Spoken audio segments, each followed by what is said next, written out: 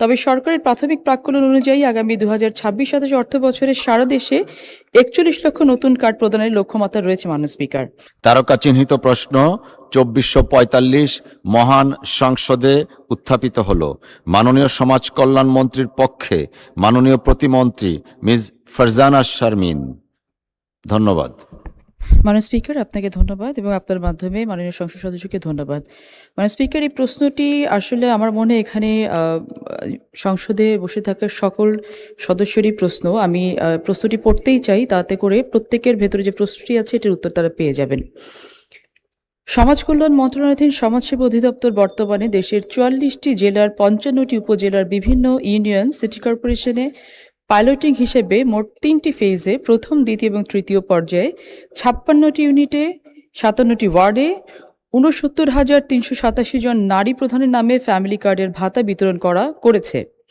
এছাড়া মাঠ পর্যায়ে তথ্যাদি নিয়মিত সংশোধন করা হচ্ছে।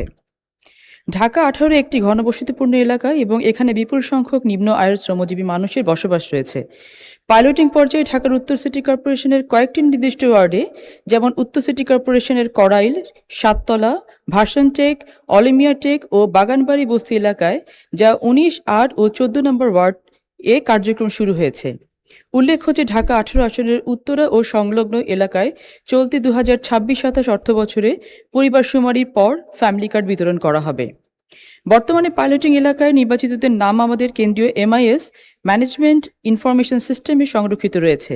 পরিবার শুমারি সম্পন্ন হওয়ার পর ওয়ার্ড ভিত্তিক তালিকা সংসদ সদস্যদের দপ্তরে প্রদান করা সম্ভব হবে। সরকার 2030 সালের মধ্যে কার্ডধারী ভাতাভোগীর সংখ্যা 1.61 কোটি উন্নীত করার লক্ষ্যমাত্রা নিয়েছে। সেই মহাপরিকল্পনার অংশ হিসেবে ঢাকা 18 এলাকায় কার্ডধারী ভাতাভোগীর সংখ্যা পর্যায়ক্রমে অবশ্যই বৃদ্ধি করা হবে।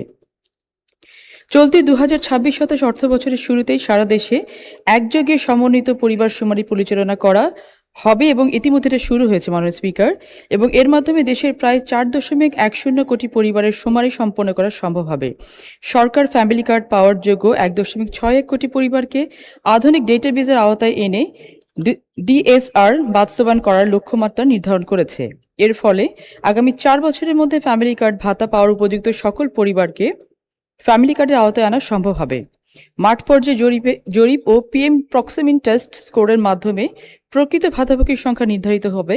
তবে সরকারের প্রাথমিক প্রাক্কলন অনুযায়ী আগামী 2026-27 অর্থ বছরে সারা দেশে 41 লক্ষ নতুন কার্ড প্রদানের লক্ষ্যমাত্রা রয়েছে মাননীয় স্পিকার। লক্ষ্যমাত্রা পূরণের লক্ষ্যে ইতিমধ্যে তথ্য সংগ্রহের নিমিত্ত স্বেচ্ছাসেবী নির্বাচনের জন্য উপজেলা নির্বাহী অফিসার বরাবর নির্দেশনা প্রদান করা হয়েছে এবং তথ্য সংগ্রহের লক্ষ্যে ফ্যামিলি কার্ড শুমারির নির্দেশিকা 2026 জারি করা হয়েছে।